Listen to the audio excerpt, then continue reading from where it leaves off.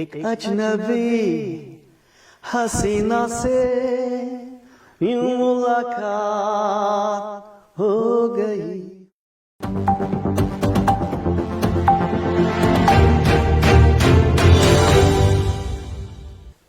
Good day everyone, my name is Navneet Anand from Voice आज का local and global. आज उदयपुर से Sydney में मेरे साथ बैठे हैं Bhim Singh Chauhan. Bhim ji, welcome to the show. Thank you so much Navneet ji. Bhim ji, कहते हैं अभी दमदार नाम और बड़ा दिलदार जान। आपसे बात करने का आज डेफिनेटली मजा आने वाला है। मैं आपको वापस लेके चलता हूं उदयपुर की गलियों में। जी, बचपन के बारे में कुछ बताइए।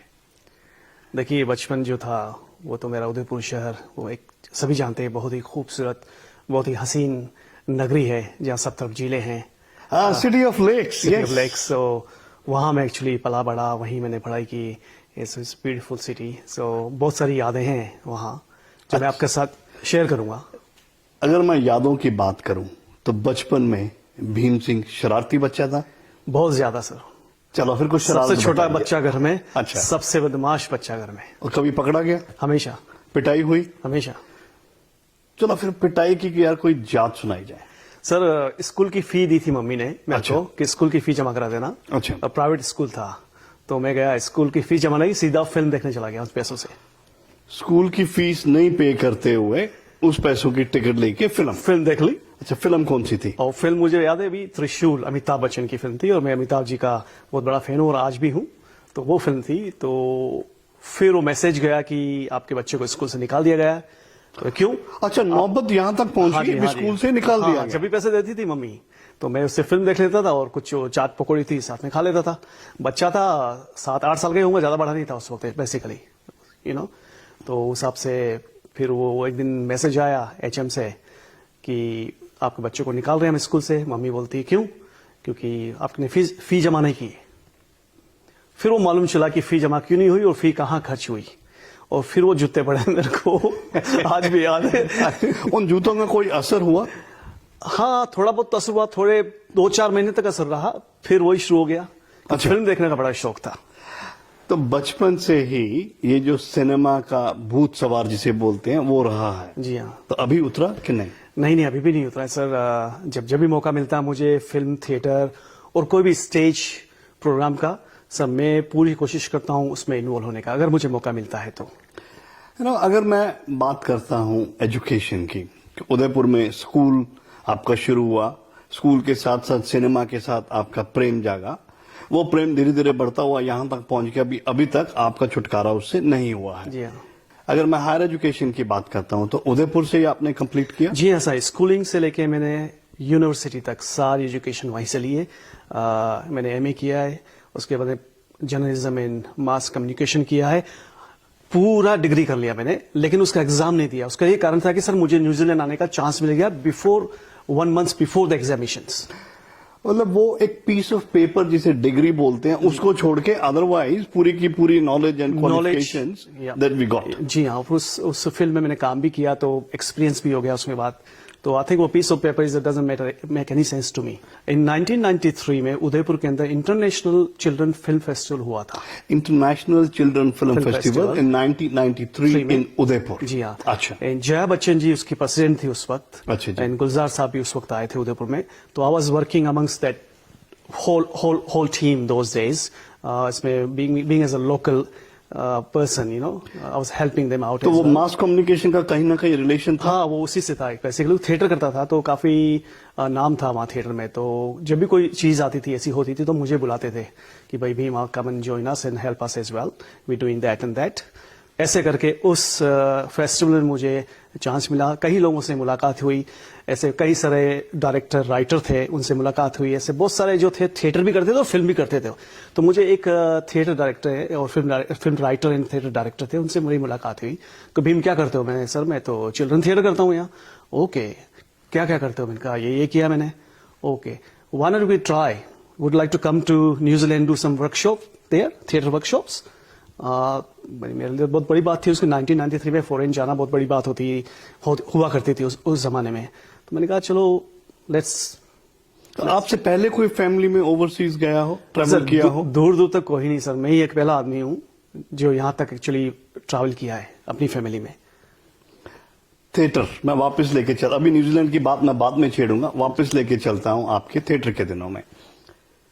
थिएटर में कुछ खट्टी यादें रहती हैं, कुछ मीठी यादें रहती हैं, पर उसमें से कोई ऐसी याद जो आपके लिए कॉम्बिनेशन ऑफ बोथ हो? सर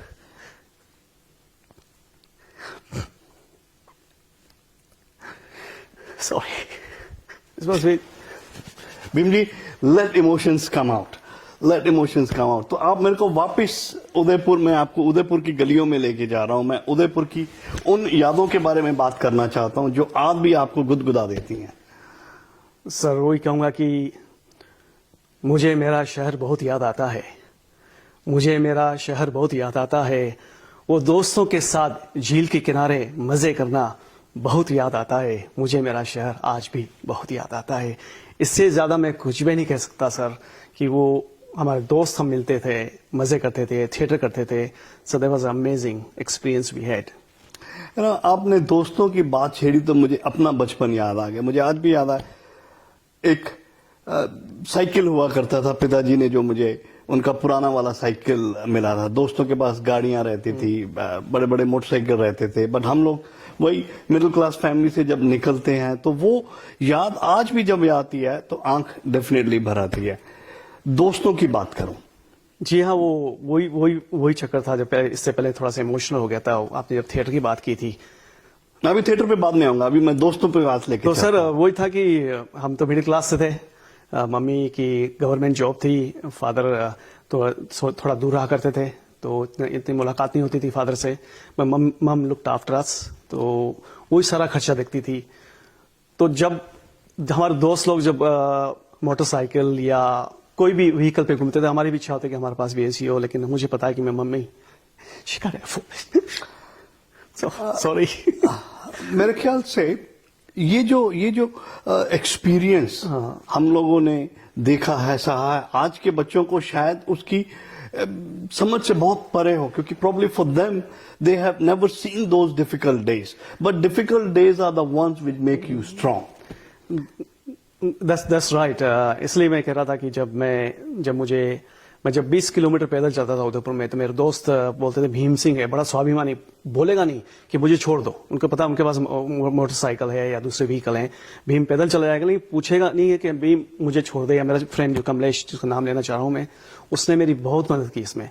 वो भीम नहीं पूछेगा, तो भीमसा, हम जी को सा बोलते हैं, तो बोला भीमसा चलो बैठो गाड़ी पे, मैं छोड़ देता हूँ। तो मैं मना भी नहीं करता अगर वो पूछता तो, कि was a long way to go. तो काफी उसने मदद की थी।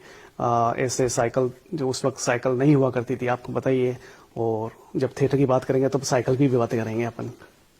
थिएटर की तरफ मैं चलता, अभी खट्टी मीठी याद की जैसे हम शुरुआत करी। थिएटर का शौक कब और कैसे पड़ा? आई थिंक सर, मैं ही कहूंगा कि ये शौक नहीं, आई थिंक ये मेरे जहन में था जब से मैं पैदा हुआ। तो जब मैं 5-6 साल का था, तब से ही मैं घर में छोटी मोटी एक्टिंग करता था। जब रिश्तेदारों के बीच में आता था वहां एक्टिंग किया करता था, और फिर थोड़ा सा बड़ा होता वहां एक्टिंग किया करता था। शादी ब्याह में जो भी होता रहे, भीम को बुलाओ, है ना, कुछ डायलॉग बोलेगा या कुछ डांस करके बताएगा। तो इस तरह से मतलब मेरा एक कनेक्टिविटी इस फील्ड के साथ, I think since I born हुई मेरी, और वो चलती रही सर। सबसे पहला प्ले जो आपने स्टेज पे ऑडियंस के सामने परफॉर्म किया? सर वो था अप्रासंगिक। अप्रासंगिक, हाँ। तो वो हमारे एक महेश नायक जो थे, अभी वो नहीं है, he is NSD pass out, national school of drama. उनकी वर्कशॉप में गया था ना, आई वाज अ चाइल्ड। तो उसमें कोई बड़ा रोल नहीं था, लेकिन वो बड़े बड़े सब कहूँगा एक लड़के थे, जो कॉलेज का एक सीन था। तो उसमें उनको कुछ मिला नहीं है ना, सर मेरे को करना है काम इसमें, तो उनको कुछ नहीं मिला, तो एक इम्प्रोवाइज किया, उन्हें कैंटीन रखा, और कैंटीन में काम करने वाला मेरे को रख दिया उसमें उन्होंने, एंड कुछ सीन उन्होंने क्रिएट कर दिए मेरे लिए। एंड से how I started in, I think 1983 की बात कर रहा हूँ, जब मैं 9वीं या 8वीं 9वीं क्लास में पढ़ता था। क्योंकि स्टेज पे जाना एक बहुत बड़ी बात होती है, कहीं ना कहीं एक हवा रहता है, अभी ऊपर जाके मैं ब्लैंक हो जाऊंगा। पर आप पहली बार जब स्टेज पे गए, सामने ऑडियंस देखी, तो उस समय मन में क्या चल रहा था? हलचल थी, कुछ डर था, कुछ ऐसी उम्मीद थी आंखों में जिससे आपको रोशनी दिख रही थी भी हाँ ये आज मेरी शुरुआत है जो लंबे समय तक मेरे साथ चलेगी? नहीं सर, नर्वसनेस तो हमेशा होती है। इवन कोई भी बड़ा भी आर्टिस्ट हो, एक बार नर्वसनेस एक बार तो उसको होती तो मुझे भी हुई। मेरे पैर कांप रहे थे जो मैं पहली बार गया था। लेकिन इस took about 30 second to settle me down and फिर मैं फेमिलियर हो गया। अच्छा, वो दिन और आज का दिन किसी भी मंच पे खड़ा कर दिए तो Bhim Singh ji would be able to perform, और मेरे ख्याल से मैं उस परफॉर्मेंस का इंतजार करूंगा यहाँ सिडनी में आपके साथ देखने आई ट्राई माई बेस्ट, पूरी कोशिश करूंगा अगर मुझे मौका मिलेगा स्टेज पे आने का, स्टेज पे एक्टिंग करने का, या फिर स्टेज का कोई प्ले डायरेक्शन करने का, अगर मुझे मौका मिले तो I definitely do it. Direction मेरा नेक्स्ट क्वेश्चन ये था, थिएटर में आपने एंट्री ली स्टेज पे एज एन आर्टिस्ट, उसके बाद डायरेक्शन की तरफ भी मेरे ख्याल से आपने काफी अभी तक एक्सपीरियंस हो रखा है। मेरी रुचि डायरेक्शन में ज्यादा थी एक्टिंग के बनिस्बत। अच्छा, तो डायरेक्शन में अभी तक आपने जो सबसे पहला स्टेज ड्रामा कोई डायरेक्ट किया था? मैंने सर काफी किए, अराउंड 30 स्टेज प्ले होंगे जो मैंने एक्चुअली डायरेक्ट किए हैं। उसमें छोटे बड़े सभी थे, उसमें including children theatre as well, क्योंकि मैं बच्चा था तो बच्चों के थिएटर में ही गया, और बच्चा था वहीं मुझे बहुत सारे ऐसे मिले साथी, उनके साथ मैंने चिल्ड्रन थिएटर किया जो मेरे हम उम्र थे। राइट, और दिल के सबसे करीब वो कोई प्ले जो आपने डायरेक्ट किया हो? सर एक था जो प्ले मेरे एक दोस्त ने लिखा था, मुश्ताक समीर ने, उसको नाम मैंने दिया था। पूरी स्क्रिप्ट उसने लेकिन नाम मैंने दिया था। उसमें उसका नाम था क्या ये हमारा आजाद हिंदुस्तान है। क्या ये हमारा आजाद हिंदुस्तान है। सो उसके अंदर जो हमारे हिंदुस्तान की जो समस्याएं थी, जो प्रॉब्लम थी, उसको हमने डिस्कस किया था, और उस पर हमने करेक्टर्स बनाए थे, और जो मेन करेक्टर था वो हिंदुस्तान था उसका नाम, और जो मैंने खुद ही प्ले किया था as a Hindustan, and I directed as well myself. बात करता हूं वापस, जब हम बात कर रहे हैं मिडिल क्लास फैमिली से हम लोग उठ के आते हैं, तो जो पहला स्कूटर लिया जाता है तो वो हमारे लिए बहुत बड़ी चीज हो जाती है। जो पहली मोपेड ली जाती है वो हमारे लिए हवाई जहाज से कम नहीं होता है। उसके बारे में कुछ बताइए। बिल्कुल सही बोला आपने कि मेरे पास तो बिल्कुल कोई व्हीकल नहीं था, नहीं मम्मी के पास था। तो मम्मी नर्स थी हॉस्पिटल में, तो अपनी साइकिल से जाती थी हॉस्पिटल, कभी नाइट शिफ्ट कभी डे शिफ्ट। तो हमेशा मैं सोचता था कभी मेरे पास कुछ हुआ,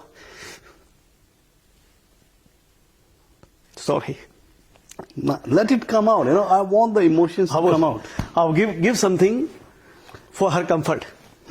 But मैं तो बच्चा था, 12, 13, 14, 15 साल का बच्चा था। मेरे पास ऐसी कोई सुविधा नहीं थी कि मैं उसकी मदद करूं, लेकिन उससे कुछ मांगता नहीं था। मैं ट्राई करता था कि जो भी जितनी कोशिश मैं कर सकता हूं, अपना खर्चा मैं निकालने की कोशिश कर सकता हूं through out doing the theatre, things like that, वो करूं, और वो मैंने किया। मम्मी ने कभी किसी चीज की कमी होने नहीं दी, ना खाना पीना, ना कपड़ा, एजुकेशन की फी वगैरह। उसने कभी कोई कंप्लेन नहीं फ्रॉम मदर की तरफ से। बट जो हमें चाहिए था, जैसे हमें हमारी इच्छा बड़ी थी, हमें मोपेड चाहिए थी, या हमें अच्छी सी साइकिल चाहिए थी, या हमें स्कूटर मोटरसाइकिल चाहिए, वो नहीं दे सकती थी वो। उसके अलावा उसने सब कुछ दिया। तो हमेशा मोपेड की बात करते हैं वापस, हमेशा चाहता था कि मैं कुछ दूं। जब मुझे पहली बार मौका मिला पैसा कमाने का, जैसा बताया कि मुझे न्यूजीलैंड आने का चांस मिला, तो मुझे वहां से कोई फी मिली थी। उस वक्त न्यूजीलैंड डॉलर को मैंने कन्वर्ट किया 100 रुपीज में, तो उस वक्त मुझे 19,000 रुपीज मिले थे सर। अच्छा, और अगर न्यूजीलैंड डॉलर्स को कन्वर्ट करें इंडियन करेंसी में, तो 19,000 आपको पेमेंट मिली न्यूजीलैंड के उस पर्टिकुलर प्रोजेक्ट के लिए। 3 महीने मैंने काम किया था उस वक्त। तो जो भी बचा मेरे पास वहां रहने के बाद, जो भी बचा वो 19,000 रुपीज थे मेरे पास। सो सबसे पहले मैं अपने शहर उदयपुर आया, सबने बड़ा वेलकम किया। अच्छा है, तो बाहर से बड़ा प्रोजेक्ट करके आया, अच्छा है, जो तेरी इच्छा है पूरी हो गई है। तो सबसे पहले आई टुक माई मम, जो लूना होती थी, उसको मोपेड, अब वो बंद हो गई है। तो मैंने कहा mummy, I want to buy something for you. सबसे पहले मुझे अभी भी याद है कि 11,900 रुपए में मैंने वो ब्रांड न्यू लूना मम्मी को गिफ्ट में दी। एक बात मैं आपको चैलेंज के साथ कहता हूं, आज भगवान ने इतना बड़ा घर दिया है, बाहर 3 गाड़ियां खड़ी हैं, ये मर्सिडीज की कीमत कुछ नहीं लगती आपको। जो उस समय हमने वो ली थी वो अमूल्य थी। ये कहूंगा कि आप मेहनत करो, झुको, प्यार बरसाओ, उसके बाद सर जो आशीर्वाद मिलता है ना, वो आप को सब कुछ दे जाता है जो आपके पास नहीं था, या आपकी जो चाहत है। मैं ये मानता हूं जो भी करो दिल से करो। सपने लो, आंखें खोल के सपने देखो, वो हाँ, पूरे होते हैं। जी हाँ। तो भगवान की कृपा से, कृष्ण भगवान के आशीर्वाद से हमेशा, I am not rich person but मैं कोशिश करता हूं मेंटेन करूं ये लाइफ स्टाइल, और चाहता हूं कि जो स्ट्रगल हमने किया है हमारे बच्चे ना करें, लेकिन उनको एहसास हो, जरूर हो कि ये सब चीजें बड़ी आसानी से नहीं मिलती है। माहौल को थोड़ा हल्का करते हुए, मुंबई जाना हुआ कभी? जी हाँ, डेफिनेटली मैं गया हूँ मुंबई, 6 महीने रह के आया हूँ वहाँ। अच्छा। हाँ, तो क्या बनने गए थे? मैं एक्चुअली, वैसे तो मैं, आपको पता है कि I am good looking but and you are, लेकिन फिर भी एंड यू आर फिर भी मैं एक्टर बनने नहीं गया था वहाँ। अच्छा। मैं हमेशा, मेरा पैशन रहा कि डायरेक्शन में जाऊं, अच्छा। तो मोर टेक्निकल डिपार्टमेंट को पिकअप करूं, कि ये चीजें इसलिए भी जरूरी होती है सर। जैसे टेक्निकल डिपार्टमेंट है, you looking for from sound side और कैमरा साइड, ये आपको फीड कर लेती है सर। एक्टिंग आपको फीड नहीं करती स्ट्रेट अवे, क्योंकि इसमें अगर आपने काम सीख लिया, कोई टेक्निकल काम सीख लिया, you the behind the camera, but you having a few bucks in your hand always. बस एक्टिंग, जब तक सर पेट नहीं भरा, एक्टिंग नहीं होती है sir. I agree. Unless you have a financially support behind you, then you try into the struggle and try to be a Bollywood star or to be a established character artist as well. You need sir financial support there. And I didn't have that. तो फिर मैंने कहा नहीं यार, ये तो lottery है, शायद खुल भी जाए शायद नहीं खुले, and I didn't want to take risk myself for that particular तो मुंबई गए, वो बोलते अभी मन टिका नहीं, तो वापस आप शिफ्ट होके उदयपुर वापस चले आए। जी हाँ, फिर वहाँ आके फिर मैंने जर्नलिज्म एंड मास कम्युनिकेशन का डिप्लोमा किया। आपको बताया कि मैंने डिप्लोमा किया, लेकिन वो एग्जाम नहीं दिया कि न्यूजीलैंड आने का मौका मिला, and then after that I am just here. New Zealand, तो न्यूजीलैंड क्या परिवार के साथ पहुंचे कि परिवार ने बाद में आपको ज्वाइन किया? नहीं, परिवार ने कई साल बाद ज्वाइन किया मेरे को, क्योंकि मुझे फॉरेन के बारे में, न्यूजीलैंड के बारे में या किसी भी फॉरेन कंट्री के बारे में इतना पता नहीं था, नहीं मेरा बैकग्राउंड था, तो मुझे कोई बताने वाला था। तो मैंने कहा नहीं, वाइफ के पास जॉब थी, तो मैंने कहा जॉब करती रहो, जब तक मैं स्टेब्लिश नहीं होता हूँ तब तक वहीं रहो, और अगर मैं स्टेब्लिश नहीं हो पाया न्यूजीलैंड में, then I come back and join you. Right. तो अभी परिवार में कौन कौन है? अभी मेरे sir I got 3 beautiful daughters. सबसे बड़ी है doctor Lakshita, she become MBBS doctor now, and Vidisha, she's a beautiful girl as well. She's third year student of the business study. And I got a beautiful Isha, very naughty girl, and she's in the year 12. So, जिसे कहते हैं भाई भगवान की कृपा से गंगा, यमुना, सरस्वती, तीनों नदियां अपने घर में बहती हैं। जी हाँ। बच्चों का बाहर आने के बाद इंडिया के प्रति अभी तक प्रेम कैसा है? सर, हमने इनको जो संस्कृति दी है, दे बोर्न इन न्यूजीलैंड। अच्छा, दे बोर्न इन न्यूजीलैंड। जी हाँ, राइट। सो हमने जो संस्कृति दी है सर, पूरा ऐसा नहीं कि हम चाहते हैं कि ये खराब है, वेस्टर्न खराब, ऐसा भी नहीं। उनको लगे नहीं, ये भी अच्छा है, हमारी संस्कृति भी अच्छी है, तो क्यों ना हम दोनों चीज उनको कॉम्बिनेशन ऑफ। तो बचपन से उनको अपनी भारतीय सभ्यता और संस्कृति के बारे में बताया, और उसको उन्होंने फॉलो किया। प्लस वो जो फॉलो कर रहे हैं, जो वो सीख रहे हैं, क्योंकि वो इस देश में पैदा हुए हैं, इस कल्चर के साथ पैदा हुए हैं, तो उसको भी हम साथ लेते गए। एंड आज भी हमारी बच्चियां जब भी होली होती है, होली मनाती है, दिवाली होती है, दिवाली मनाती है, नवरात्रि होती है, नवरात्रि मनाती है। मेरी जो छोटी ईशा, वो तो बेसिकली 9 दिन के व्रत भी रखती है। अच्छा। जी हाँ, हमेशा इंडियन आउटफिट में ही रहते हैं जब भी इस तरह के कल्चर फंक्शन होते हैं या कहीं भी हम जाते हैं। सो ये कल्चर उनके साथ है सर। तो न्यूजीलैंड से ऑस्ट्रेलिया कैसे आना हुआ? सर, न्यूजीलैंड में काफी काम कर लिया था, वी वेल एस्टेब्लिश देयर। एक फिल्म बनाई, वहाँ फिल्में बनाई, और बिजनेस था, कुछ थिएटर किया वहाँ। फिर हमने कहा चलो, जो हमारी बड़ी बच्ची थी वो डॉक्टर बनना चाहती थी बेसिकली, तो जो बन गई है। उससे बोला कि पापा, Dunedin is too cold to go to finish my medical degree, it's possible we can go somewhere else. तो समवेयर एल्स तो एक ही है जो हमें अलाउ करता है विदाउट मच हेजल इमिग्रेशन के, न्यूजीलैंड से ऑस्ट्रेलिया। तो हमने कहा चलो दैट्स द बेस्ट। तो हमने सब कुछ बेच के हम ऑस्ट्रेलिया में 2013 में शिफ्ट हुए। I think it's blessings in disguise. किसी भी वजह से आप यहाँ पे ऑस्ट्रेलिया में मूव हुए तो हमें आपसे बात करने का मौका मिल रहा है।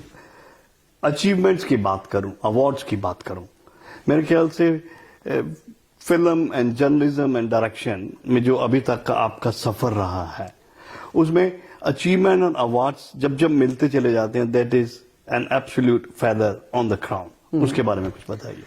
देखिए, अवार्ड्स की बात करें तो बचपन से मुझे कोई ना कोई अवार्ड तो मिलता ही रहा, चाहे एक्टिंग में हो या डिबेट में हो या मोनो एक्टिंग हो या डायरेक्शन में हो। ऐसे छोटे मोटे में अपने लोकल अवार्ड तो मुझे हमेशा मिलते ही रहे। एंड आई थिंक उसी से मेरा आत्मविश्वास बढ़ा। फिर मुझे न्यूजीलैंड आने का मौका मिला, मैंने प्ले किया, फिर गया, वो प्ले बहुत सक्सेसफुल था। वो वर्कशॉप्स जो थिएटर वर्कशॉप थी बहुत सक्सेसफुल हुई, तो उन्होंने मुझे वापस बुलाया। और फिर अच्छा, आप न्यूजीलैंड से एक बार इंडिया चले गए, तो then you were called back to New Zealand once again for the second time. जी हाँ, बिकॉज जो प्रोजेक्ट किया था वेंट वेरी सक्सेसफुल, तो ना भीम आ जाओ। And what was that project? Theatre workshops. अच्छा जी। तो मैंने फिर वो की वापस, बच्चों के साथ ही की थी। फिर मैंने वेलिंगटन में की, फिर मैंने टारोंगा में की, and then I was just on. लेकिन उसके बाद मुझे ज्यादा काम नहीं था, वर्कशॉप फिनिश हो गई, अब क्या करूं मैं। तो मैं actually I wanted to go back home because वहाँ बहुत सारी अपॉर्चुनिटीज थी। I was very young, I was 19-20 years old, तो मैं वापस जाना चाहता था। लेकिन हमारे किसी गुजराती फैमिली ने बताया, भीम आप इतने पढ़े लिखे हो, आप काम भी कर रहे हो, तो why not you apply for the PR here. अच्छा। जब मैं न्यूजीलैंड आया, PR मिल गया, तो क्या करना है, कुछ तो करना ही पड़ेगा ना। क्योंकि being an artist very hard to live off, सबको पता है। जब तक आप वेरी वेरी सक्सेसफुल नहीं हो जाते हैं, उससे इनकम नहीं आती है, तब तक आपका पेट नहीं भरता है सर। तो मुझे ये पता था। मेरे एक फ्रेंड थे, उन्होंने बताया कि भीम थोड़ा सा बिजनेस कर लो, तो उससे क्या आप पब्लिक से मिलते रहोगे, तो आपका जो पैशन है वो भी होगा और आपका पब्लिक इंटरेक्शन भी रहेगा। तो मैं बिजनेस में चला गया, छोटा सा बिजनेस खरीदा, बड़ा अच्छा लगा और वी वेंट वेरी सक्सेसफुल। तो फिर हमने उससे बड़ा बिजनेस खरीदा उसके बाद, तो एवरीथिंग वाज गोइंग वेल। लेकिन आप कीड़ा था आर्टिस्ट का।